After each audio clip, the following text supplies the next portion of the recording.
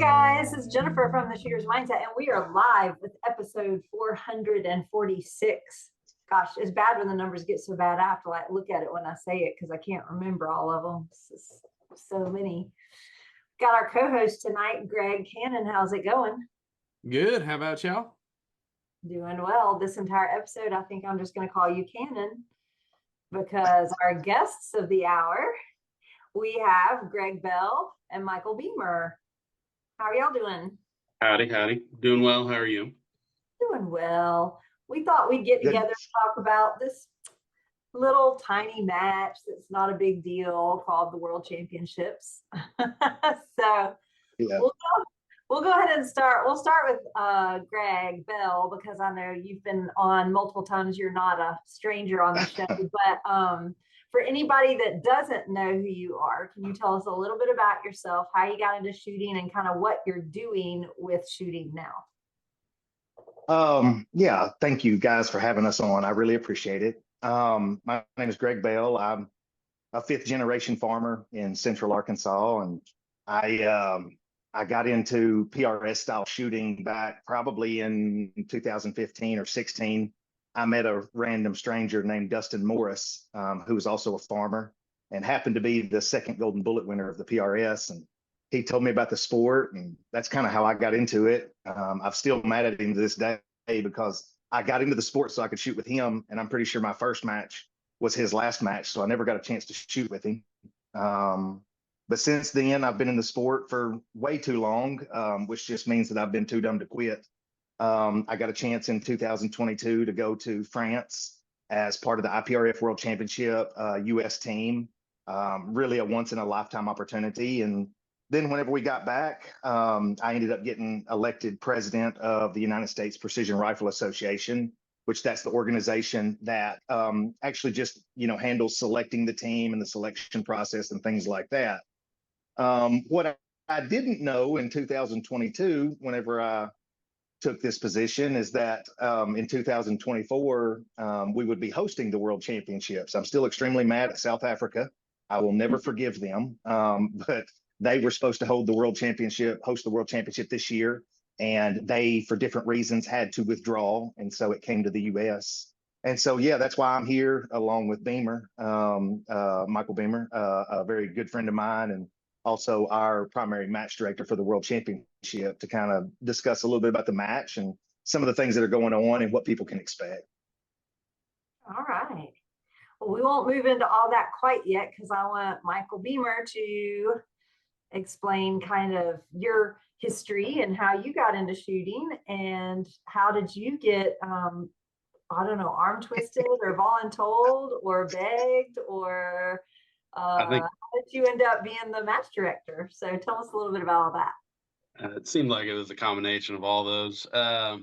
So I got into precision rifle shooting about the same time back in 2015. Got started at one of the local club matches here in Kansas at Spear Point Ranch, and shot my first match. Did absolutely horrible. I had like an AR-15 with a duplex reticle scope, but it was shooting 77 grain Sierras, but did absolutely terrible. Took dead last, but just kind of got hooked into the I don't know, the art and the science of precision shooting with that match, and just kept coming back. And my good friend Ryan Cheney, who's you guys may know from his exploits in the ELR side of the precision rifle sport. He's the one that kind of got me hooked onto this stuff, and just kept on going down the road, and eventually wanted to have options, more match options in Kansas to shoot, and got to know a landowner and put together a little club match, and that just kind of kept spiraling and getting bigger and bigger. And then through those matches, I met Derek Love, and he showed me his place in Conway Springs, which at the time didn't even have a name. It later on became a Severance Training Center after we started hosting matches out there, and he decided to build it into a full-time range. Oh, excuse me. I had that wrong. I had that jump forward a little bit. It was originally Conway Lead Distributors. Some people will remember that name, and got hooked up with Derek and started working together, putting on club matches at his place. And we started up the Kansas Precision Rifle Club and kind of started doing a little bit of a organization of a point series within Kansas that spread across a few different ranges, and that's just continued to grow over the years. And eventually, Derek and I, we did our first national level match at Conway Lead Distributors, which was for the NRL at the time, and that was the first year of the Punisher Positional in 2018. And just continued to get to know people in the community.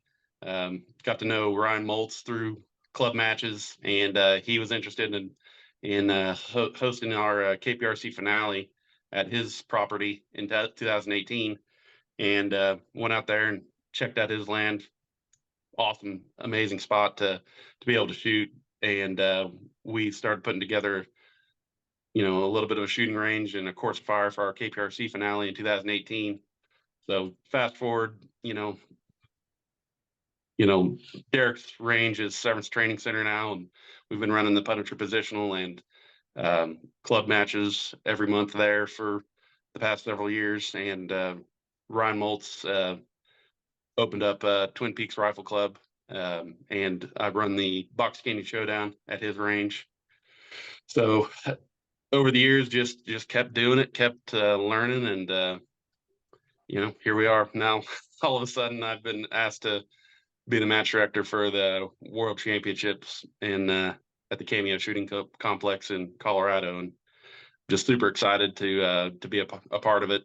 It takes a mountain of effort and a lot of good people around it. So yeah, I'm just happy to be taking part in something really cool. So you've done a few match directing stints before. I'm sorry that my printer has a ghost and decided to, I hope that's not loud. It just started like randomly. It's making noise. I don't know what it's doing. That's not too bad. We could barely hear it. Oh, it sounded really loud. I was like, gosh, that's gonna be terrible. Anyway, what I was saying is you've done a few matches then. You've match directed. You were definitely a veteran and not a newbie to this. So yeah. Just counted it up before we got started on the call. And since 2018, if my counting is correct, it looks like I've done 18 national matches. Nice. So including the 2023 PRS finale at Twin Peaks Rifle Club last year. So by now you should know exactly where to put all the porta-johns. That makes the win. That might be one of the most challenging aspects is getting porta-johns out there, but always trying to learn. The only reason I'm any good at this is just because I've had opportunity to make a lot of mistakes and try to learn from them and do better next time. So that's all right. I know everybody's enjoyed your matches. I've heard a lot about them. I've not been to one, unfortunately, just because of location, but I've heard a lot about your matches, that they were a lot of fun. So before we get too much into the World Championship, Greg Bell, tell us a little bit about what the IPRF is. Thank you. So the IPRF stands for the International Precision Rifle Federation. I'm not good. I know the history of the PRS from 12 years ago better than I know the history of the IPRF from 2020. But what I remember is that Scott Satterley and Rob Ramsden, Rob being from South Africa, Scott being a US guy, and I'm sure there was one more that I'm forgetting. But anyway, through a process of time, they decided that there needed to be an international organization. So PRS, precision rifle style shooting, was very big in the US, very popular. But they also realized that over time, it's growing in other countries. And something that would help push the sport is an international world championship where guys can compete against people from other countries. And instead of just saying, they're the best in the world, maybe they get a chance to prove it. And then also on top of that, the IPRF, one of their big things was in a lot of countries, they don't have the freedoms we have. And so you need a nonprofit, internationally recognized organization so that basically these people in other countries, not all, but some of the other countries, they have a chance to have a national federation recognized so that they can own the types of rifles and the amounts of ammo that we need to be able to shoot this sport. And so I'm paraphrasing a lot of it, and I don't get a lot of it right. But yeah, that's the general gist of it is. And so right now, the IPRF primarily, they provide the framework and the structure and the organization for a world championship every year. So this year it's Centerfire at Cameo. Next year it will be Rimfire in the United Kingdom, and so on and so forth. So we're alternating every other year. Yeah. He froze. Oh no. Anyway, yeah, that was a it's a great I was answer. IPRF Executive Council. Oh, he's back. He froze for a minute. Oh, sorry. Let me Oh. find a better spot. I'm sorry, guys. Hey, great. You're frozen like this. You're like, I'm sure it only happens to be the most flattering picture when you freeze up. Hey, that's okay. If you hang around here long enough, Greg will make sure that all of the like home screen show pages look like or something really dumb, because I feel like sometimes I'm like, take that picture down and put something else up there for that, because it catches Well, us. sorry about that, guys.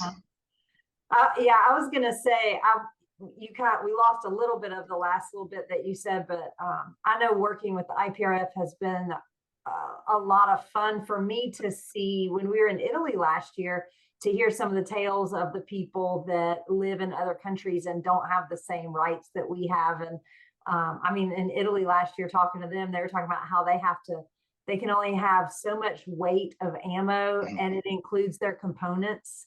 So like they can only have so many rounds plus so much powder, you know. And we're just really blessed to not have to do those things. So yeah, and you're exactly right, Jennifer. it's been very, very eye-opening. Yeah. America. So what were you saying? America. Oh, America. America. But it is very neat to see the new countries, not new countries, but the countries new to our sport coming into this and getting teams together. And I should have asked Marcus before this, how many countries, he's probably asleep right now, but how many countries we have now. And I can't remember, Greg, if you remember. I think it's 32, I believe, are members of the IPRF. And then we'll have 22 or 23 nations that will be in the US this year at Cameo. I just think that's amazing and good for our sport. Yeah, I agree. So Beemer, what fundamental skills are you going to test at this World Championship? Like, what do you think needs to be tested at precision rifle matches? Like, do you think it needs to be wind calling, time management, speed, positional? It's all of it. I mean, that's kind of the short answer, but I usually don't try to mix. If we were to break it down into those specific categories, you know, wind calling, you know, precision, accuracy of your weapon system, your time management, speed, I don't try to include, like, I don't want to necessarily test every single one of those on one given stage, but I do want to be testing a combination of those over every stage.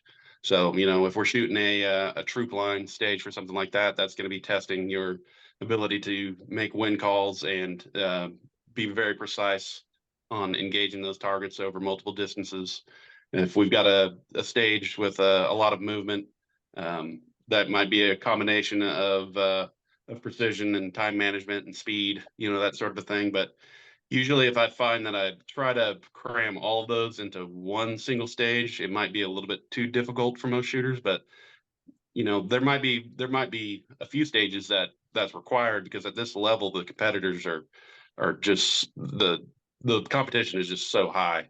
So we're going to be testing them for sure. It's going to be interesting. The Cameo shooting range is a very, very challenging range to shoot at. I found I was lucky enough to get to go shoot the Ruger Koenig match earlier this year and say I handily got my butt handed to me. So I'm excited to put on a course of fire that's going to be worthy of the World Championship. I think everybody's going to really like it. So, is that an answer? Yep, that was a great answer, and we have kind of a add-on to this question as well. Honestly, I think we covered that. Yeah, we're not even gonna worry about that. So, Greg, how do you feel like live coverage of a match kind of helps to set it up above the rest of the other matches out there? So I think, especially what y'all did in Italy, I was really, really impressed with how you were doing. Not only could you see the shooter, but you could see the target, and you could see, the live scoring at the same time. Again, there's so much more interest in this than just the people that are at the match. We saw it in France, the people following the live scoring and things like that. And then also, what you see is especially people outside the US. Again, they just, and none of this is meant as we're superior or anything. We just have so many opportunities, so many matches, so many advantages that we just take for granted.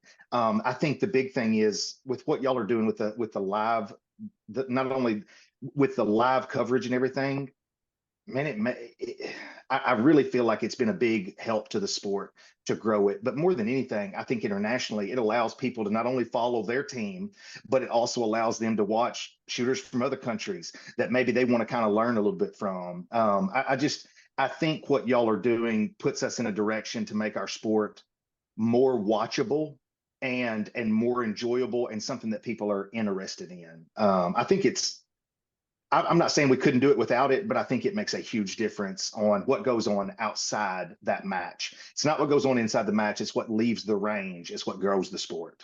Yep, and that's why we do what we do. And if you're not familiar with what we're talking about, we've been covering matches live for several years now, starting with the AG Cup. Then we got in with the IPRF, the NRL 22 championships this year. And we'll cover the match live on our Facebook and YouTube channel. We do it with a crew of 3 people. Me, Jennifer, and Damien, her husband, will be out there with, the 2 of us will be walking around with 2 tripods with 2 cameras on it each and microphones and, doing our best to be real sportscasters. I was going to set up my whole setup behind me for this, but, we got, it's still packed from NRL, so not going to bother with that.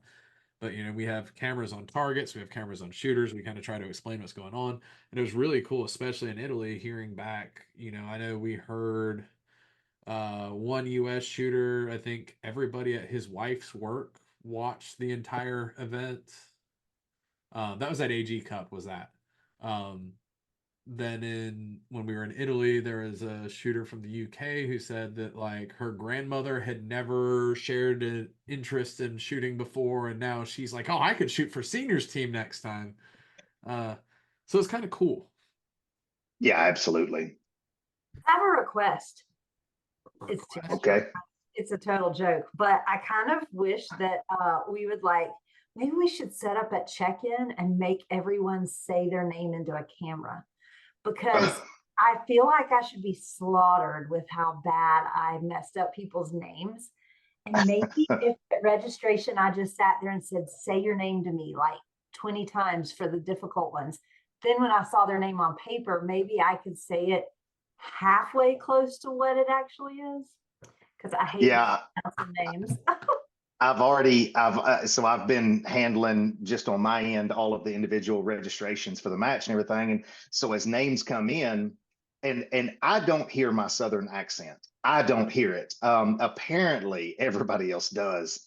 And so, but I'm looking at these names and I'm like, it's not happening. I'm not pronouncing that name. So I've already conned Marcus Olson, the president of the IPRF, and I told him, I was like, look, when we're going to call out individual awards at the World Championship, you're doing it, because I'm not fixing to butcher these names over and over and over again. Well, I am. Yeah. Well, not intentionally, anyway. but I'm just telling y'all it's probably going to happen. Yeah. Oh yeah, we need to do that. We definitely need to get the names right. Oh, So go ahead, Greg. You got any lives? Cannon, you got any lives? I was checking. I think we're good on lives right now. It's still kind of buffering. Ooh, oh, Matt Caruso said a shooter mounted GoPro. So if there's any shooters that want to wear cameras while they're shooting, I think Matt figure just something out. volunteered, is what it Yeah. sounded like to me. There we go. Because I know, we try our best. There's some matches we go to where our job is to be a pain in your butt. I So, think the Caruso cam sounds pretty good. oh, that would be pretty awesome. That would be funny. Yeah, I don't that's know gonna how to happen. technologically do it, but I'm Ooh, sure hold they on. want I got this on Prime Day. Can we just like stick this on his hat and just be like, Yeah, but will Yes, it please. attach into our stuff? listen, we'll figure it out. If I get to say the Caruso cam live on air, we'll figure something out. We might just have an iPhone duct taped to his hat. That'd be funny. And we'll just randomly check in with him throughout the day. Like, all right, let's go over here to the Caruso cam. No heads up. He's like sitting there like Probably in He's the he's in a he's in in a a porta porta john. That's john, exactly what I was thinking. That'd be hilarious. annihilating like an 18-inch hot dog, whatever it may be. You just go to the cam, this view of the hot dog.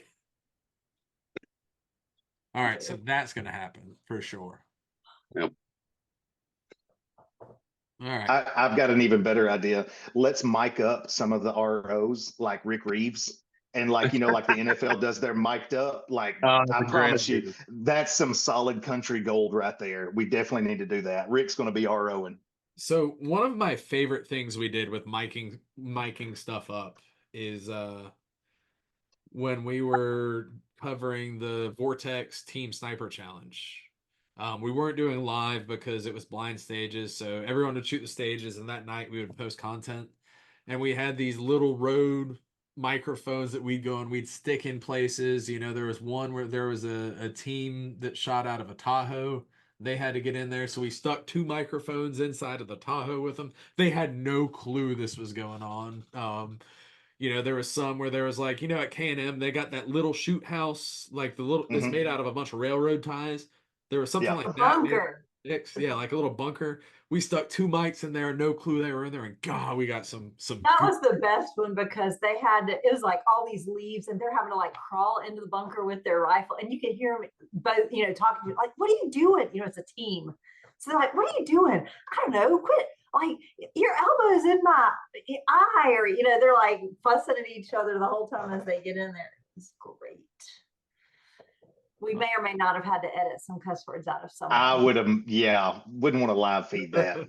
They came to me and they were like, I work in the industry. Can you fix it? I think I might have slipped and said one bad word. And we would one. Definitely more than one bad word. And I own 1 gun.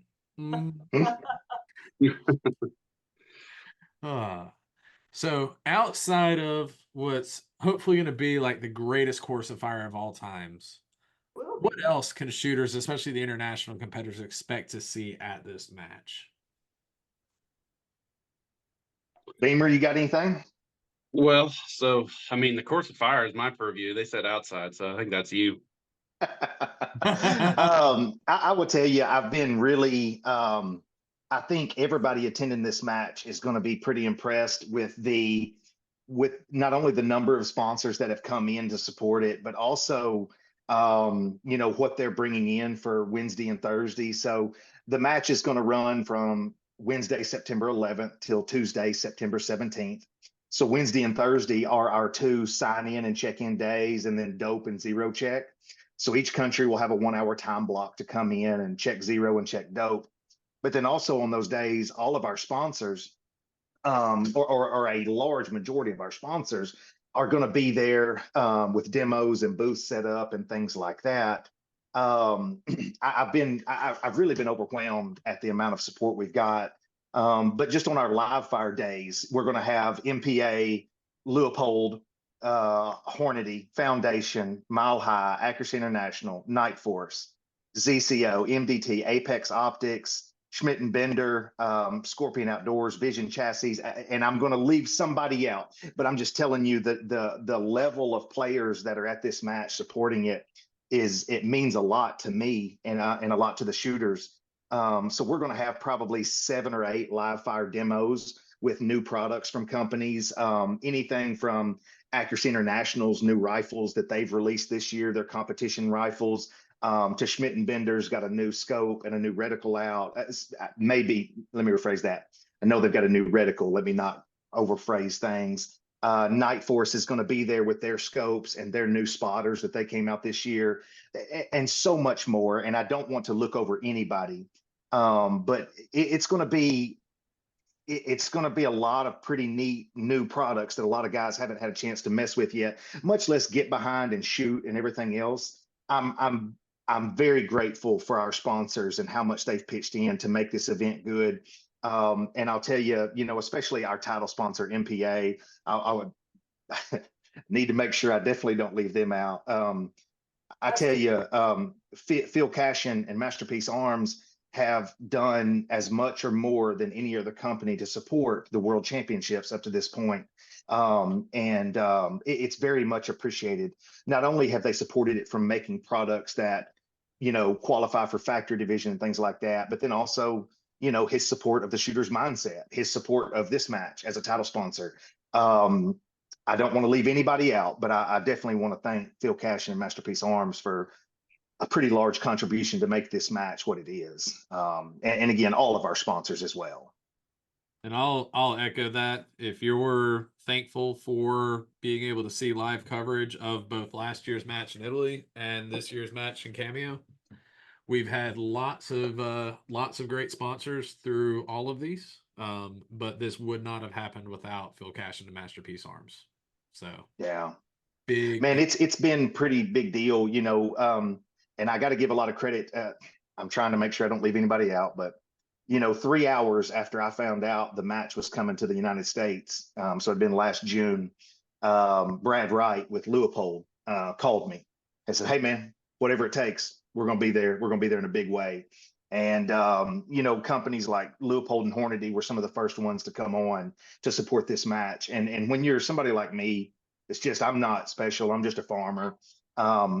It means a lot when you have companies of that caliber that come alongside you. And again, I'm not leaving out other companies, but it means a lot when those guys are there the day they find out you've got the match. They said, "Hey, we got your back. We're going to be there." That means a lot.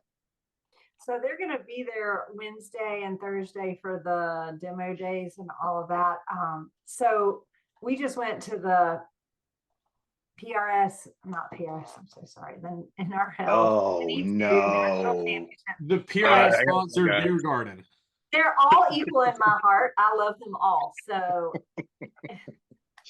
anyway, I'm really tired. It's been a long day. We were just at the NRL 22 National Championship. Hey, this is where you drop your TBI card. Yeah, I had a brain injury. Can I just blame it on I can still blame it on that. I think we all do to be involved in the sport. We got one somewhere along the road. Yeah, but I legit had one 3 months ago. I can blame it on that still for like a year, right? Anyway, at that they had like a little expo the day before, which was very fun. So is it going to be sort of like that where they're going to be set up with where we can shoot their products? Yes. Are they going to be selling anything, or are they just going to be there? Tell us a little bit about how that's going to look. So I wouldn't know the specifics on what everybody's intentions are, but the main thing, especially with our live fire demos, is yes, obviously it's for competitors primarily, but I don't know how much of the general public is going to show up to Cameo and want to shoot, but I'm assuming that would be perfectly fine. But yeah, they're going to be there to where you can have live fire demonstrations. Some of the companies are just going to be there to where you can demo like the new scopes and the new optics products they have. We're going to have part of the sponsors that need room for a live fire demo, we're going to have over on the South Clays range. And then the ones that don't need live fire, we're going to have set up at the Cameo range office.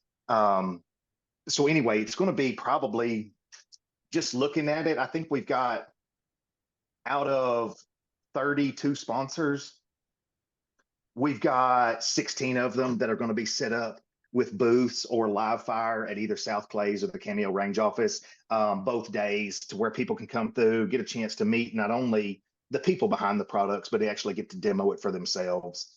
We're working on a few other ideas to where maybe we can have pistols and possibly AR-15s, maybe full autos, to where people, if they want to come in and pay a certain fee to be able to shoot a gun, you know, that maybe they wouldn't normally be able to shoot in their country, they don't have as easy access to, they'll be able to come in and do some live fire, just some fun shoots and stuff like that. We're still working out those details. But yeah, I can't say enough about the sponsors that we've got and what they've done for this match. It's hard for me to describe, but it's a pretty big deal. I will say it was a really fun atmosphere at that match the day before. You know, nobody was competing. It was all just fun. Everybody was, you know, there were side stages and they were like razzing each other. And but just to hang out in the gun community and look at gun stuff was, I think it was fun for everybody. You know what else is really cool? Dunking booths. So I saw that, and I'm so mad at Ruth Susie. And I say that Ruth Susie is just short of an angel in my book. She's done so much to help me and the USPRA, but that was a pretty awesome idea. Like I'm so jealous of how Ruth and Justin do things. They really are kind of at the top when it comes to match directors, and they did a great job. That was pretty awesome. So for people coming that are not from the area, what cool things are there to do outside of the range? What are some must-sees for the people that are still trying to figure out that family vacation and how to convince the wife and this and that, the other thing? So I am glad you asked that. And I want to give you the story. So I looked through the show notes about exactly 1 hour ago, and I saw that question. And so I called Camden Powers, who lives in Colorado. I was like, Camden, I'm going to need a Hail Mary here. I need you to come up with some attractions around the area, because I've done a good job on some things, and some things I've completely dropped the ball on. And I'm gonna tell you, Camden Powers is a lifesaver, so she gets all the credit for this. But anyway, there really is a lot of great stuff around Grand Junction that's within a reasonable driving distance. And so, you know, she mentioned there's Grand Mesa National Park. It's an hour drive. You've got the Colorado National Monument, which is 20 minutes from Grand Junction. You've got Rifle Falls, which is 90 minutes away. Moab, Utah, which for us is somewhat familiar. We've heard of Moab and stuff. It's about 2 hours away, 2.5. They've got the Arches National Park. I'm not going to pronounce that because I'm going to butcher it, but it's spelled Ouray. I'm assuming that's Ouray. But if anybody wants to laugh at me, that's fine. But anyway, it's a small mountain town with some real scenic views and good food. But anyway, there's really a lot of stuff to do around there. You know, when we were looking at locations, one of the things that Marcus told us was, since France was more of a square range type match, that he really wanted for every other year for it to go from a square range to a field style match. And I think that's a really good idea. It's really honestly the main reason that me and Rusty and Coulter were unanimous whenever it came to a field style match. And I'm not trying to blow smoke up Beemer's bloomers. Don't say that 3 times real fast.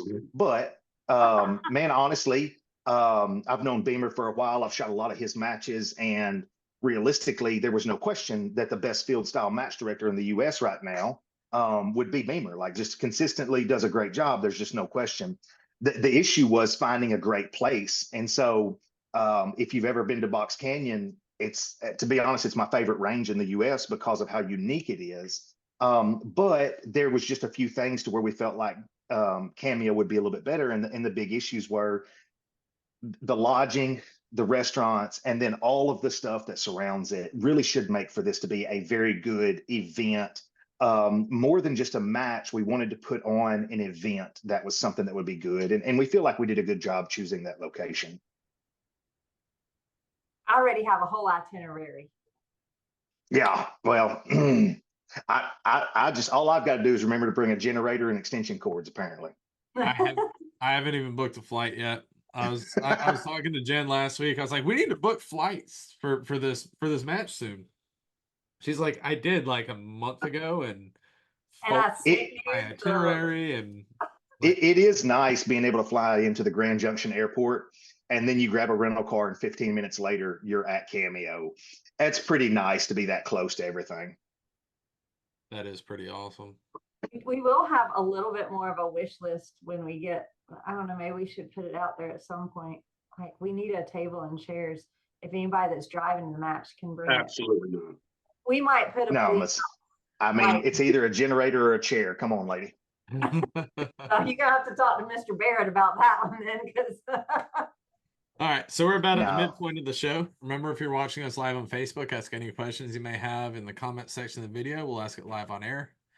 Other ways to catch us, you can always check back on the Shooter's Mindset Facebook page. The videos stay up there forever, and we usually upload to all the podcast apps the night after the show. Then finally, everything eventually ends up on the Shooter's Mindset YouTube page, so that's a great place to look up past episodes. you can get a lot of information from past episodes too. Yes. So on top of being one of the match directors for this World Championship, you're also the president of the USPRA. I don't know how you do all this, Greg. I don't know when you sleep. But tell us a little bit about how you build the Team USA, right? You don't build it. Whoa, now. Whoa. Yeah, I was going to say, don't get me in trouble. You coordinate it, I should say. There are rules and there are ways that it is a very systematic way. I do know that. But tell us how that selection process happens and kind of tell us about Team USA. So I'm not going to tell you completely about it because I've been so busy working on this stuff. And then we also have a new selection process for 2026 that I end up overlapping the past and the present. Here's what I will say. You know, we've got, and I want to make sure I give credit to this. Ruth Susi designed us a new website. It's usprecisionrifle.org. And it's got all of our selection, all of our teams. It's really got almost all the information you would need about the USPRA on there. But to be honest, my job's pretty simple. You know, we come up with a selection process. Normally we have roughly 5 to 7 of us that basically have input. We talk to the other team members, and then we come up with a suggestion or basically a selection process, and then it goes in front of the team. The team would be the past center fire shooters. And so, you know, the team votes on up or down, you know, hey, yeah, this looks good, or no, we need to work on it. And so really my job is not a job after that. You know, you just call balls and strikes. So, you know, people fill out a piece of paper that Greg Stewart designed. It's a spreadsheet. And you just put in your match placement and scores and things like that. And it's pretty easy. I'm the most accurate umpire, not in baseball, because I don't have to make judgment calls. We just add up numbers, and then the numbers are what they are. But to tell you the truth, the selection before having to run a world championship, the selection process was the one thing that honestly caused me the most stress and everything else, because there's a lot of good opinions on how to select the best shooters. Leave me alone, Mike Braxick. Anyway, sorry, I just got a text and I had to address that. Anyway, there's a lot of good suggestions on how to deal with that and things.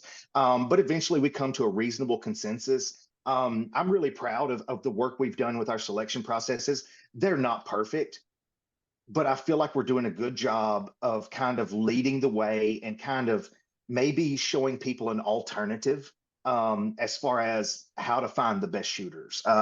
Anyway, that being said, when you look at our team, it's hard to argue that they're not the best in every division, at least in the US. There'd be some discrepancies. There's some other good shooters out there. But as far as just calling balls and strikes, we've done a good job. I mean, we don't have time to list all 30 members. And if I mention one, I'll leave out one that deserves to be mentioned. But I'm really proud of this group of shooters and the team that we've got. There's just not one person there that I'm not proud to represent, I'm not representing them, but there's not one person there that I'm not proud to just be that support group for, whatever that is. Then They make, yeah, when you put that post out announcing, I two things impressed me. One, the caliber of the shooters. I mean, no pun intended, but yeah, they're all like, every one of them, I was like, oh, okay. yeah, Okay. Like for every one of them, right? I knew them all. They're all very committed to the sport and shoot a lot. And so we see them a lot. And I was like, okay, all right, Team USA, you know. But the other thing that impressed me was how y'all do it very systematically. And even if yeah, we don't go into the details of the whole process, like even down to, you know, where it's really tight and open, you put their scores of yeah, the method that y'all use to calculate. You put those scores in there to show that, you know, that's how they earned their spot. It was not a favoritism yeah. thing, truly earned. No, and again, there will always be differences of opinions on, hey, who's number one, who's number two. That's fine. It's not me. I'm 100% sure of that. Other than that, it's whatever. But we do want transparency. I'm not saying we do a perfect job at it at every time, but we have no issues with transparency. And yeah, you know, like I said, every one of the shooters on the team, I'm very proud to just be a small part in making sure they can make it there. And it really is a small part. They make the job very easy.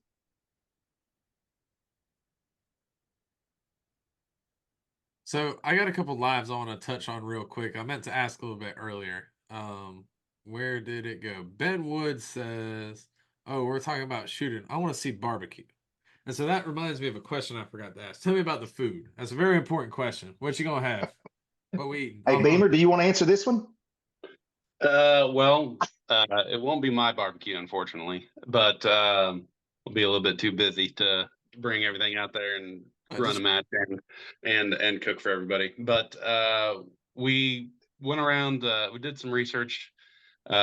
We debated on whether or not barbecue was the right choice for meals at the World Championship. But after, you know, discussing with Marcus and some of the other international shooters, that's kind of what they come to expect for visiting a match in the States. They want to have that wonderful barbecue that we're known for. And we did a lot of research on some of the caterers that are in the area and went sampled some of them, and we found one that we're really happy with. I think they're gonna do a really good job catering would be the opening ceremony and the closing ceremony. Is that right, Greg? Yep, And yep. It's Snook's Bottom Barbecue is the name of them, and Yep. you can look them up on Facebook. Immediately when I saw their smokers, I was like, that's probably going to be the one. And then when we were there in April, we got to try the food, make sure it was good, and I think everybody's going to really enjoy it. Yeah, like Beamer mentioned, the guy that one of the owners of Snook's Bottom, Mr. Scott Krug, has been super easy to work with and very helpful. I'm pretty excited about showing that off. Here it goes again. Dang, Greg. He's imagining eating brisket right there. He's like, forget y'all, I'm going to get barbecue right now. Yeah. Every day in an efficient manner. So yeah, we'll have the Lord's chicken there. Man, I wish I knew what you said in the last, like before the Lord's chicken there. I think he said Chick-fil-A, but I'm not sure. I'm sorry. Did it cut out? I apologize. Yeah, you froze. You froze like this time. And we said, okay, good. Think about that brisket. The only good thing is I can't get any uglier. Anyway, we're gonna line up for lunch each day, Chick-fil-A and some local sandwich shops like Which and things like that. So we'll have different lunches every day, but it'll be a good lunch. Awesome. And then a question, because I know this differs depending on which part of the world you're in.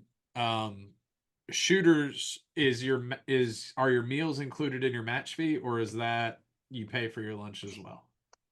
No, that's definitely one of the things that's included. So all of our shooters and all of our ROs will be fed all 4 days of the shooting. And then obviously at the opening and closing, we are planning on trying to feed the spectators We still have to make sure we have money in the budget for that and everything, but our intentions are to feed spectators as well. Media, no, absolutely not. Y'all are making too much money. No, obviously we will be feeding the guests of honor from the Shooter's Mindset as well. Oh. If I get angry, it's real bad. I'm just saying. Yeah, we don't want to absolutely. hang Jennifer. That's best for everybody. Ben asked, genuine question, seeing as we can't get it in the UK, is Snake River Farms brisket the real deal? You know, Beemer? I've cooked one. I've only cooked one, so it's not a big sample size, but I thought it was very good. It had a nice beefy kind of a wet aged flavor to it, but for the price, I wasn't completely blown away, if I'm being honest. It was maybe 10% better than like a good prime brisket in my one experience. So take that for what it's worth. Beemer cooks way more than I do, but I've cooked one, and I think what you're paying for is consistent product more than a product that just blows you away. I think, to me. And I've never done one of their briskets. I've had a few of their Wagyu steaks of varieties. And I'm trying to remember what else I had from there, but they're always good. It's always better than like what you may find at a random grocery. Yeah, But I've definitely had better. Like, I'm not gonna be like, oh my gosh, it's the best meat ever, but like, it's always pretty good. you're like Jim Carrey on Liar Liar in the elevator. You've had better, right? Brisket's kind of one of those cuts that's when it's cooked right, it's already like so rich and fatty and delicious that when you go to, like a Wagyu brisket or something like that, in my opinion, it almost makes it a little bit, you almost get palate fatigue because it's just so rich. And I think where the Wagyu comes into to really shine is on some of the leaner cuts, like your tri-tip or your sirloin steaks or stuff like that are normally on the lean side and not as delicious. But when you get the extra marbling of the Wagyu on those steaks, it really makes them shine. We could just start having a podcast about I meat know. and stuff. Now I'm like curious, is the barbecue gonna be red sauce or mustard based? He had a couple of different sauces, and I can't remember which one, Beemer, that we were kind of, but at Snooks he had a couple of different sauces, and they were pretty good. Yeah, his sauces were great. I really was a big fan of his mustard based sauce in particular. Yes. But he had good sauces all around. Yeah. I'm still over here looking at their Instagram, and I'm getting hungry. I just finished it. Got on here. So hey, anyway, is that Benwood that's Great Britain Benwood or a different Benwood? Man, it's late over there, brother. You are a committed follower. Gotta love it. All right. So Beamer, how many matches did he say or national level matches did he say you MD'd? If my counting was correct, I've done 18 since 2000. To count? Yeah, I sure did. Yeah, okay, good. That's what I got to do to get that high too. Yeah. That's like 90 in dog years. Pretty much. Yeah, That's true. like match directing is dog years. I feel like it's added about 90 years to my age. Is that what gives you this lovely right here? Yeah. I was gonna say, if you notice both of us. Yep. That's that. Yeah. That MD life. Yeah, pretty much. So when you go into a new range for you like Cameo, what are your priorities when it comes to a course of fire? Like, what are the first things that like non-negotiable you gotta have? Well, first of all, I love being able to start planning something for a new range. It's my favorite thing. I always try to look for landmarks and layout so that we can establish a good, efficient match flow. So that for a place like Cameo, it's almost like it's an all-you-can-eat buffet of opportunities for. He's trying to make me hungry. Yeah, yeah. It all comes back to food with me for some reason. But there's so much opportunity for shooting positions there, and there's so much, I mean, it's almost endless where you can place targets. So you really gotta try to narrow it down to what will work best for match flow and for making it a unique course of fire that everybody is happy to shoot from traveling so far to come enjoy this match. But we found some really unique areas in our reconnaissance at the match that I think people are really going to enjoy. We're planning on kind of grouping sets of stages together so that we can, you know, create a good efficient match flow. And then we're also trying to do our best to balance out the stage to stage design so that you don't have just like all of your long range stages grouped in one specific area, and then everything else is a little bit more mid range and short range. We had to, as big as Cameo is, it was surprisingly short when we went out there and looked at it last September to start our stage planning process. It's like you get up there and it's just this big massive mountainside, and then you stick a rangefinder on it and it's like, oh, well, that's only 600 yards. Okay, well, so and then you look at something that looks like it should be 600 yards and it's 300 yards, and you look at something that you think, well, okay, that should be about 800 yards. It's like, oh, no, that's 1,600 yards away. So the scale of everything, Yeah. working in the mountains like that took a little bit of time to adjust it, but Yeah. the layout that we've got planned will really balance out those long range stages so that every maybe 3 or 4 stages will have a little bit of a longer range stage, so that way the shooters were going to have to reach out to distance um, multiple times during the day. So that should help eliminate the draw aspect of what stage they start on. So balance has really been the key. You know, and we want to have a balance of troop lines and positional and natural barricade positions and man-made barricade positions. It's all coming together really well. And one of the other challenges that we found out there is that and why we have tried to prioritize match flow is when the lighting conditions change at that range. If you run the match later into the afternoon and evening, it can be really, really difficult to spot targets in certain areas. So that's been something we've tried to focus on is making sure that we can get all of these shooters moved through efficiently while still putting on a challenging course of fire that is worthy of the world championship. So Yeah. I think I answered the question. Yeah, yeah. What is it? It sounds like you've done a lot of thoughts on how to make this fair for everybody, and that's a new thing that I've started noticing more over the last year or so. Is match directors, you'll go to a match that you haven't been to for a while, and they'll be like, oh yeah, now stages 2, 6, and 10 are long range stages, and really stage 10 is the real long range stage. That's when you get your 1,200 yards at. But like you get 1,100 at 6 and 1,000 at 2 or something, where it's not. I remember when I first started shooting, before a lot of match directors got into this whole, we're going to do random squads starting random places and this, that, and the other thing. You're shooting you're shooting a match, what stage is going to be the long range stage. You're like, all right, that's the stage. We got to get on that squad. We want to shoot that stage first thing in the morning. And Yeah. now they're doing a really good job of trying to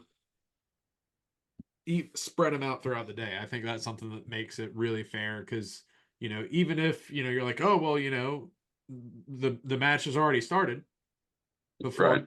you're there. It And, used to be a whole thing trying to figure out what squad you wanted to be on because you wanted the long range stages in the morning.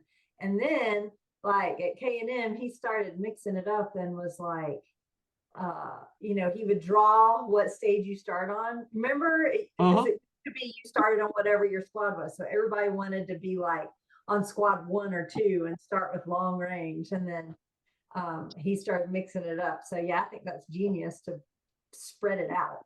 Yeah, and to give credit due where it is, one of the biggest reasons why I personally tried to start implementing ideas like that was from discussions with top shooters and other match directors like Clay Blackadder specifically. His match, the Clay's Cartridge Classic, also a mouthful, is is a very challenging and difficult match. I've went and shot it 2 or 3 times now and pretty much sucked every time. But it's very challenging, but it's very fair. And the way that he lays out his stages was something that made sense, and then it's like that is a more fair way to run a match so that you don't have that draw, you don't have the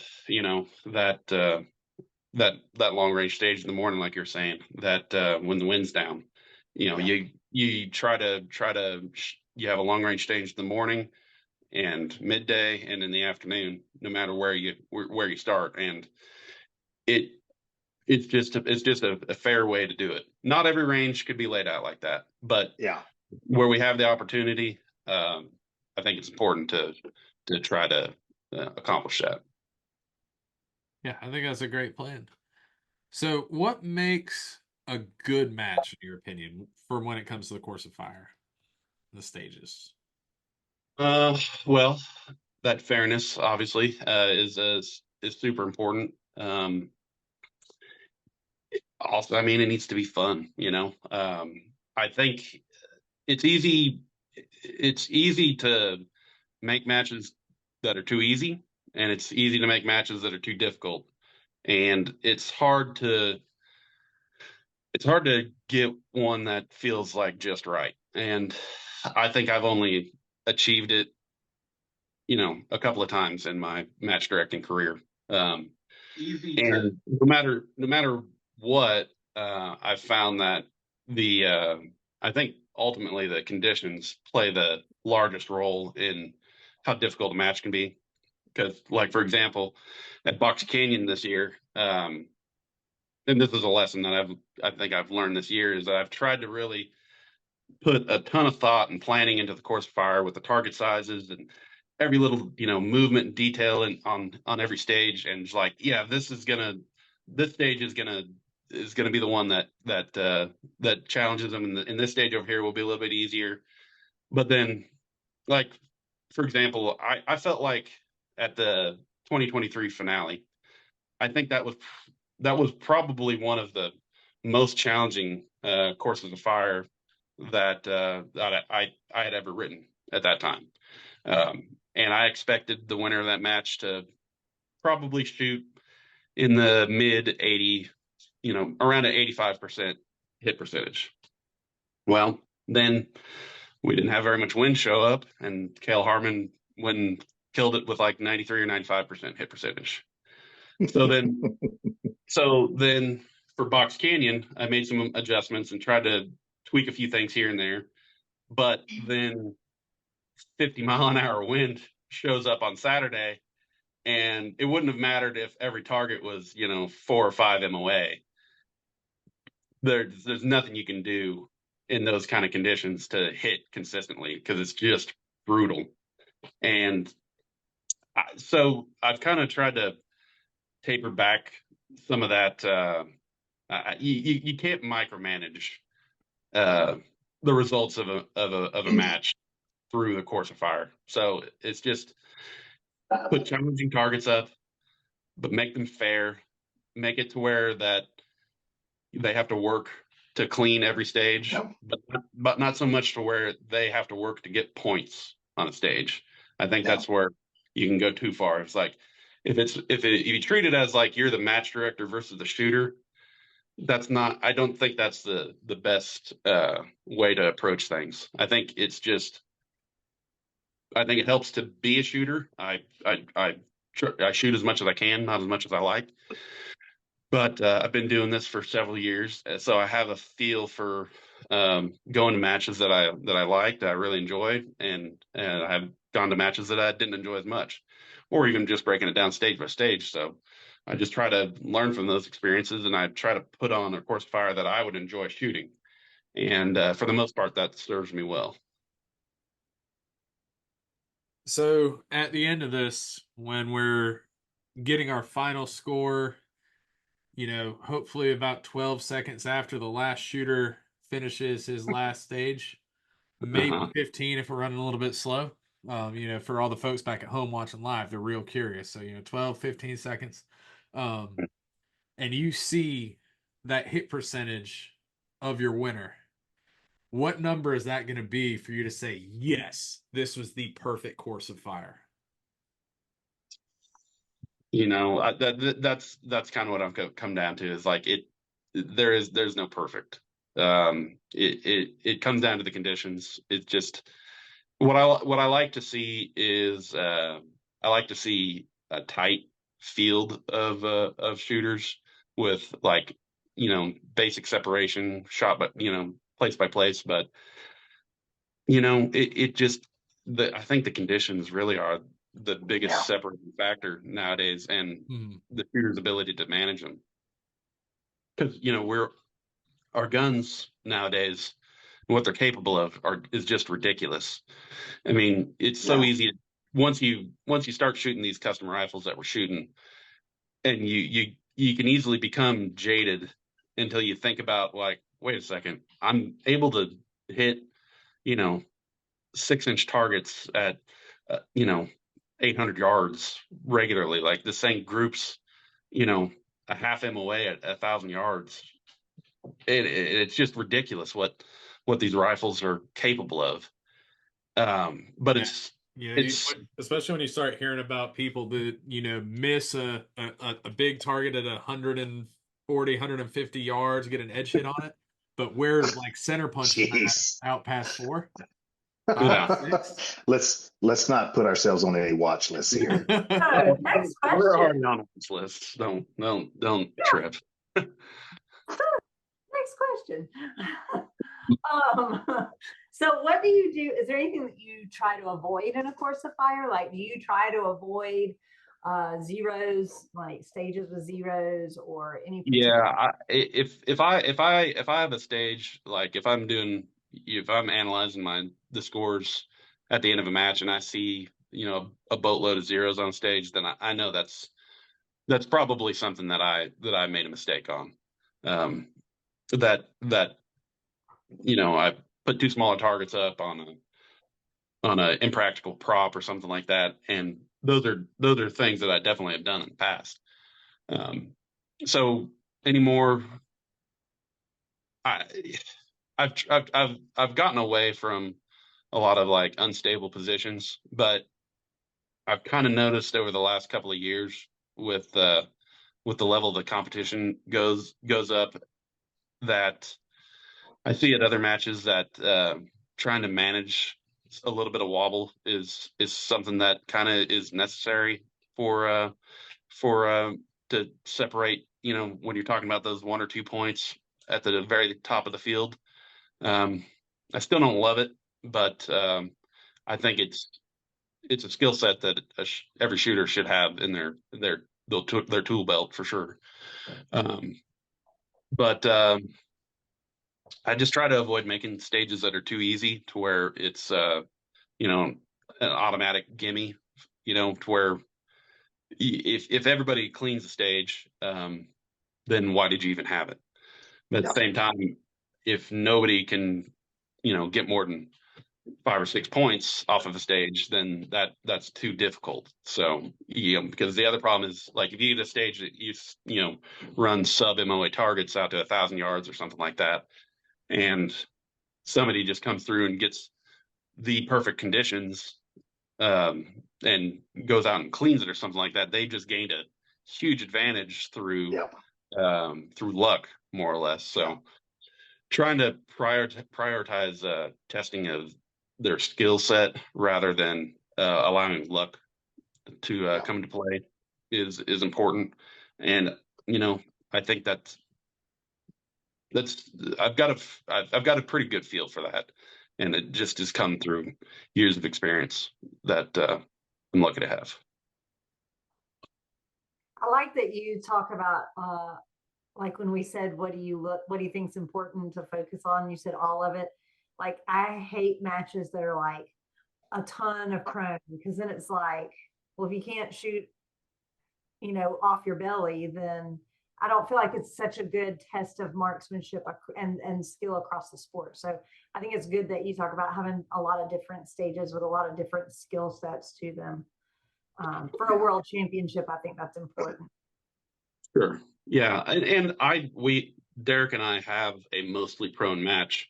But we advertise it as such. That's the King of Coal Canyon in New Mexico at the NRA Whittington Center.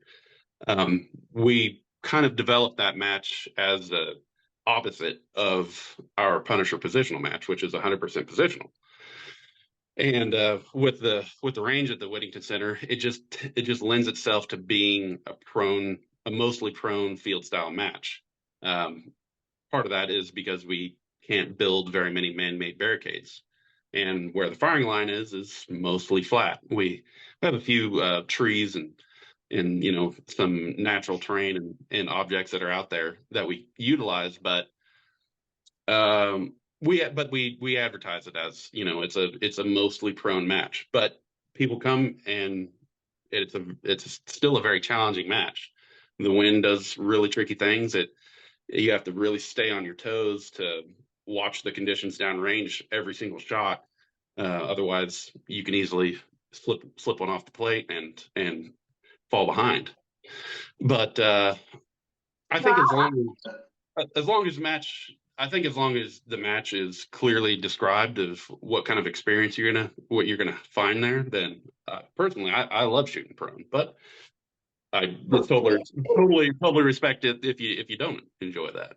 Me too. I love prone and modified prone, but to me, for this world championship, I don't mean for every, Sure. but for it to be a world championship, I really think that it should, if we're going to crown a world champion in precision rifle, I think it should encompass all of the skills, and not just be one that maybe weighs one side or the other. So. Yeah, I mean, I think if the shooters that are coming to this match, if they've experienced it before, they should probably be prepared for it. Yeah, and maybe a few things that they might not have experienced before. We'll see. Well, I hope something that everybody picks up from listening to Beemer talk about this is the very obvious reason why we asked him to be the match director. And again, Beamers, bloomers, we'll let it go. But anyway, like, he gets it as good as anybody, and it was an easy decision. When it was a field style match, there's no question. Like, and I'm bragging on a buddy, and I like promoting my buddies, but I just don't think there's anybody better. And I'm very grateful that he was willing to fall on this sword with me. So that's a kind way to say that you couldn't find anybody else willing to do it, but thank you. You were the first person I asked. Screw you. But I'm not. The only reason I am, if I am any good at this, the only reason I am is because I've had a lot of opportunity to do it with good partners like Derek Love and Ryan Moles. Yeah. And I think there's a lot of good match directors out there. Yes.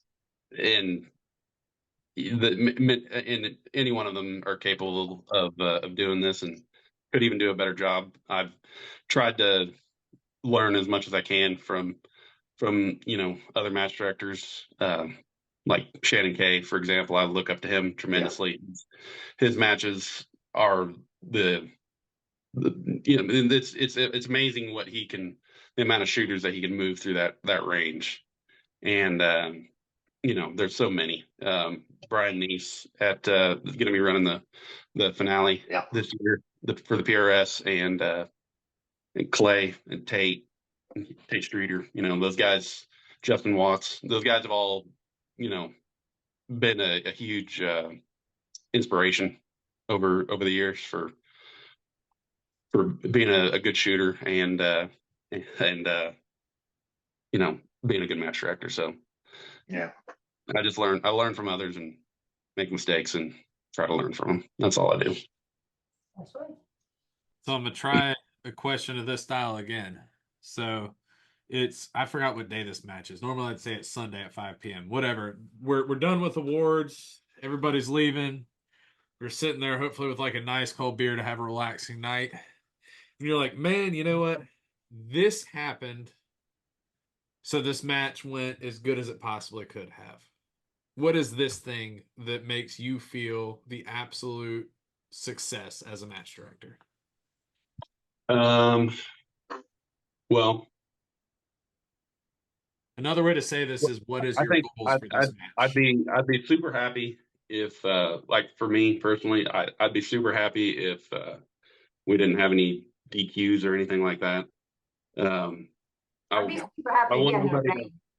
I wanted everybody to follow the safety procedures and not have a negligent discharge or anything like that. I want everybody to hit targets and have fun. I want them to try to appreciate the effort from the huge team of people that's come together to put this match together. And I want them to feel challenged, and I want them to all agree that the best shooter came out on top, and it wasn't luck; it was skill that got them there. Yeah. So, if that's a number, I couldn't guess because I don't know what the conditions are going to be. You know, if it's if there's no wind showing up, the hit percentage might be really high. But if it blows like crazy and turns on and off like sometimes it does at Cameo, um, that hit percentage is going to go down dramatically. But we'll just find out in September, and I'm confident that at the end of it, the best shooter in the world will be crowned. That sounds like excellent goals, and I hope that we accomplish all of those. So we just got a live from Coulter. Apparently, it's Rusty Ulmer's birthday. So happy birthday, Rusty! Happy birthday! Yes. I didn't know they made birthdays that long. That old. Oh, wow. Oh, all right. So how many shooters does Team USA have going into this? What did he say? 30? We got a full team of 30. Nice. So what are our prediction? How many places does Team USA get on the podiums? Let's see, how many opportunities are there? I have bribed them to take all of the positions so that I can pronounce their names. So that has been so, but that is more of obviously a joke. I'll be honest, I don't want to go there. I'm looking at the list of our shooters, and man, I could name you 30 studs on this list. You know, I'm really, really proud of the team that has been put together. That being said, I in a very weird way, I want us to get beat in some area. And what I mean by that is, no, I don't like losing, but what I do love is we're as competitive as anybody, and I don't want the US to ever take for granted that we will win every division. So I don't want to see any of these shooters get beat that I'm looking at. But at the same time, you would be a fool to count out Sweden, to count out Namibia, to count out Norway, to count out the UK, and other countries that are going to mouth me for not mentioning them. Yeah. But I'm telling you, there's good shooters out there, and we somewhat take for granted that we rest on our laurels, and we've got good shooters. I hope I want these countries to give us a run for our money, because in the long run, it pushes our shooters and it pushes the whole sport. And so I'll tell you, I expect that we'll take a lot of spots, but it is not a given to me. You know, like I said, I know way too many good shooters. In fact, there's a sorry joker from Sweden that came down to stay with me for a week and shoot a match in Little Rock, and he beat me at my own home range. His name is Marcus Olson, and I wasn't shooting tack, so I can't blame it on 308. And so the point is, there's a lot of good shooters from a lot of other countries, And, I expect our team will come out on top, but leave Okay. me alone, Wade Grimes. Anyway, I expect we'll do pretty well. I know for a fact Great Britain's team at the 22 championship in Italy last year at awards, they were like, "We're coming for y'all. We're coming for Yeah. America. We're coming for y'all. We're gonna beat the U.S." So They're still And that's bitter the about thing. that one time back a couple years when we did the thing with the guns. I'm pretty sure we've been world champions since 1776, something like that. Yeah. Yeah.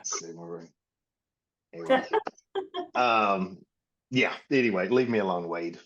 so speaking of Great Britain, so they are going to be hosting the World Championships next year. It'll be 22.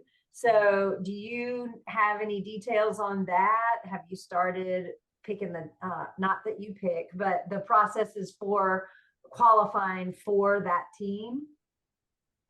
Yeah, so I'm super proud of, and I take 0% credit for it, is our rimfire side. Greg Stewart and Ruth Susie are our two rimfire vice presidents, and to be honest with you, they do every bit of the work for me for so many different areas. Stop it, Wade. Anyway, no, so one of the things I'm really proud of is one of the things we've done this year that we've instituted is, and some people might not like this, I understand, but there's administrative costs to run an organization.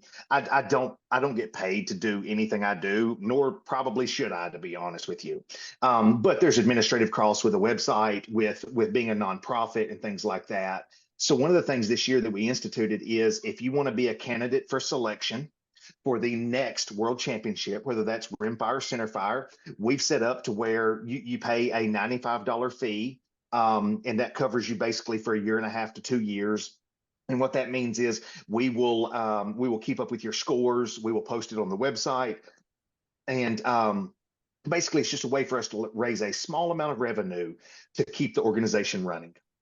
Anyway, we've had, I don't know the exact numbers off the top of my head, but I think we're at 53 to 54 people that have applied to be a candidate for selection for the U.S. team. And there's 22 spots. There's 22 total spots for the U.S. rimfire team. So anyway, all that being said, things are going really good there. I'm really, and I can take no credit for it. Greg Stewart, Ruth Susie are doing all of the work, and they're doing a magnificent job. But anyway, I will tell you, it's been really fun to follow along this year with their selection process and how things are going. You've got a lot of really good shooters aiming for those team spots. And if I mention one, I will leave out a worthy one. But it's pretty neat to watch these people compete and go to these qualifiers just to try to make the U.S. team. So yeah, things are going good. The UK, and I say this very tongue in cheek, because me and you had a meeting with Adam Sinfield this afternoon, and he's going to be working on the UK, rimfire stuff. I told Adam this afternoon, if you need some help, please call somebody else, because I will be completely exhausted by the time y'all are running this thing. But no, the UK is going to do a great job, and I'm really excited to see it go there. This needs to be in Europe because 85% of your shooters are from Europe. And that's a good place for it to be. And so I really appreciate the UK team stepping up to host. So if somebody was like, "Oh, I'd love to do that. I really want to compete and get into it," is it too late to apply for that 22 team? To be very honest with you, yes. Based upon the number of qualifiers that are left, I think we have either 3 or 4 qualifiers left, and then either there's one finale left, I believe. So to be very frank, yes, I'm not 100% sure. They would need to contact Greg Stewart, and I should give out his cell phone number right now, but I'm not. But honestly, if anybody's interested, please message me on Facebook or anything like that. I will get you the details as fast as possible. But no, right now, because we're July 23rd and all the qualification matches, it might be too late to try to jump on this one but don't quote me on that. Again, Greg and Ruth make me look intelligent when I have nothing to do with it. I just unfortunately don't know all the details right now. But if somebody's interested, please contact me on Facebook and I'll get back to you very quickly. So as far as the match goes, I know you've been, what did he say before? Putting a divorceable amount of time into this? Yes, maybe one of my only original quotes ever. That's a good one. How about ROs? I Man, know we're still, I've heard some names of ROs that are just like legendary level. yeah, man, I will tell you, on the short part of that question, it means a lot to me. A lot of my friends that don't have anything to prove have volunteered to come and help run this match just because they're my friends. And that means more to a guy than you can really realize, especially when it's somewhere like Cameo that's not exactly next door. But no, we're sitting at roughly half of what we need for ROs. Our intention all along was to run 4 ROs per stage. We got 20 stages. Now that seems like a lot, but again, part of the reason for it is for a match flow perspective. If you've got 2 ROs on glass, if you got 1 RO on a tablet and 1 RO on a timer, that's kind of the holy grail for running a really, really, really efficient and good match. So even if we fall short of that, we're okay because, again, I don't want to mention names because I'll mention some and I'll leave out some that I shouldn't. But we've got some pretty, even right now at about 43 ROs, we've got some very world-class shooters and ROs there that can handle things by themselves. But no, if there are people that are interested, I will post another link either tonight or tomorrow, and I'll ask Greg and Jennifer to maybe share that. We're still looking for a few more good men and women to help RO. But I also want to really compliment the people that have already volunteered, and people that know me, people that don't know me, and my friends that have been willing to step out and make a pretty big commitment because I'm asking you for 4.5 days to help RO a match, and that's a pretty big deal. And so I'm very grateful for the people that have stepped up to help with that. It means more to me than what people would understand. That's very kind of people to do that. Yeah, that's a ton of ROs, and like having 4 ROs per stage, like as somebody that ROs a pretty decent amount, that's just like a dream. Like it's not even gonna be Yeah. work. Like it's just gonna be hanging out. And listen, if you want more motivation to come an RO for Greg, go to Instagram.com/SnooksBottomBarbecue. Thank you.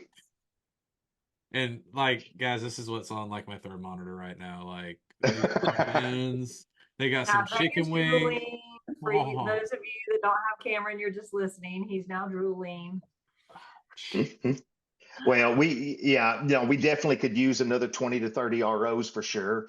And anybody's help, I'm very grateful for. It's a big commitment, man. And that's not lost on us. And we're doing everything we can to make sure that we can pay back our ROs. But we're still working on that. So anyway. cool. Then how All right. about sponsors? Let's say you want to sponsor the match, or let's say you're listening to this and you're like, oh, they have a demo day. This is a great place for me to get my product out in front of shooters from how many countries? Yeah, 23 different countries, So 270 shooters. So the best shooters in 23 different countries are going to get to fondle your parts if you come and display them at this Easy. match. Sounds like the name for some of Beemer's sausage, by the way. We won't go into that. Anyway, BBC. No, we've still got 6 or 7 stage sponsor slots open. We would still love to have some more sponsors. I'm very new to this job, if you don't know. But one of the things that's super important to me is trying to pay back sponsors as much as possible. Anyway, yes, we're still looking for another 6 to 7 stage sponsors.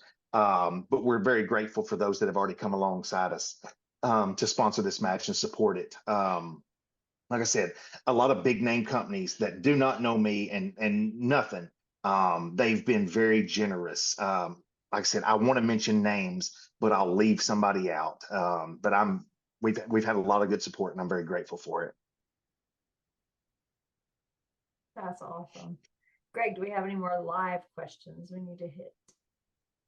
Heading over to check now. We are good on the live side. All right, we can wind it down to shout outs. We will start with Greg Cannon. Oh, put me right on the spot. We do this every week. I don't know why this is surprising to you. Because I thought you might call Corey first. Oh, wait, Corey's not here. All right, well, I will shout out PDC Custom back here. My beautiful rifle chassis. Hunter's HD Gold lets me see things. GSL suppressors over here makes me hear things. And Vortex Optics also helps me hear things. See things. I was like, wait, what? Didn't know if they ever had to, I didn't know if, sorry, go ahead. Yes, sorry. Hey, I mean, I'm at the age that I say, like, man, turn the radio down so I can see. I mean, in the car. So I can understand. Makes sense. All right, Michael Beemer, how about you? Any shout outs? I mentioned them a couple of times. Derek Love and Ryan Moles for being awesome partners to work with, for running matches. Derek and I run the Box Canyon Showdown, or excuse me, I'm getting tired too. Ooh. Derek and I run the Punisher Positional and the King of Cold Canyon. Would love to have everybody out next year to shoot those matches. And then Ryan Moltz and I run the Box Canyon Showdown at Twin Peaks. So would love to have people that I haven't met before come shoot those matches next year. So yeah, beyond that, he probably won't watch this or anything, but my partner in our catering business, Zach Freeman, it's Beemer and Freeman Craft Barbecue. Follow us on Facebook and Instagram. We're going to buy a food trailer this weekend, so that's exciting. There's a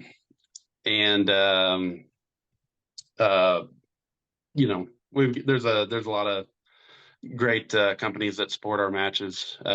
B&T Industries is the top sponsor for the Box Canyon Showdown, and Hodgdon Powder for Punisher Positional, and Garmin for the King of Cold Canyon. So we really appreciate their support, and a lot of other great companies that I'm going to steal Greg's strategy, and if I start trying to name them, I'll forget someone that's worthy of being named. So yeah, we appreciate everybody's support in my matches, and everybody that comes to my matches. I appreciate you guys. As of today, actually, match directing and barbecue is my full-time job. So it's an honor that I get to do this. I'm humbled that people show up and shoot any matches that I'm a part of. So I'm just grateful to be a part of this community and this sport. So thank you, everybody. Awesome. Greg Bell. Yeah, I'll try to be as quick as I can. So first of all, Rusty Ulmer, happy birthday. I hate to out him like this, but Rusty's been cheating for years. He's been in the senior division, but he's only 39. And I hate to be the one to break that to everybody, but anyway, no, obviously I'm joking. Rusty Ulmer is 1 in a million. And I appreciate his help so much. Coulter Marriott, couldn't say enough. I want to thank Ken and Missy and Beemer for all the work we've put in so far and all the work that's still yet to be done. But I'd be lost, if I didn't have these people around me. Camden Powers and her mother, Jody, are doing a ton of work for us for the World Championship. Guy DeMarco is going to be in charge of our ROs. Matt Steiner's coming out for a week to help us MD just with any extra things we've got because we're so spread out on a firing line. Ruth Susie, all the work she's put in to not only our website, but our rimfire team and how much she helps me. our pre-match volunteers, and then to make it as quick as possible, I have put in a divorceable amount of time over the last 12 months to try to do my best on this. And I appreciate my wife and my brother and Jalen Snow, my right-hand man here at the farm. This is a crazy undertaking, and I'm very lucky that they put up with my crap and they take up my slack and all of that. And I'm missing 50 other people that I should thank. But I'm gonna leave the rest of it alone. So those are the main ones. Sorry, I lied. Joe Walls, thank you very much for putting up with me. And then that's it. That's awesome. Well, I just want to shout out both of y'all for this huge undertaking. It is a lot to put on a world championship. In your head, you think, oh yeah, I mean, I'm sure it's a lot. But then when we went to Italy and saw just how much being a match director on its own is a big deal, but doing it at an international level has so many different things that people that are not involved in it will never know what you're doing behind the scenes. And so I am sure that you are putting in endless hours. I mean, we were on conference calls this afternoon you had multiple conference calls today, but even just the background legalities to get, to where people can come and fly into our country with firearms is a big deal. So thank you so much for the time that you are putting in. It is not unrecognized that it is completely volunteerism and that you get paid nothing. So thank you for your dedication to the sport. And it is obvious in everything that you do that it is purely out of your passion for it and your joy in doing the sport and the people. So thank you very much for the time that you give, and thank your wife for giving you All right. And with that, make sure that you follow along. We will be doing coverage there. So watch the Shooter's Mindset Facebook page for live coverage of it. Or if you don't have Facebook, or if your mom doesn't have Facebook, she can watch it on YouTube. You don't have to have a membership for that. As long as they don't, shut us down like they did once in Wisconsin. But one of our streams got killed because it had a gun in it. But anyway, go figure. Anyway, check us out for sure. It's September 11th through the 17th. There will be off and on coverage the Wednesday and Thursday, but then the match days certainly will be live the whole time. So check it out. And with that, it'll be a wrap for episode 446. Thank you, guys. Yep. Thank you guys for having us on. We appreciate you.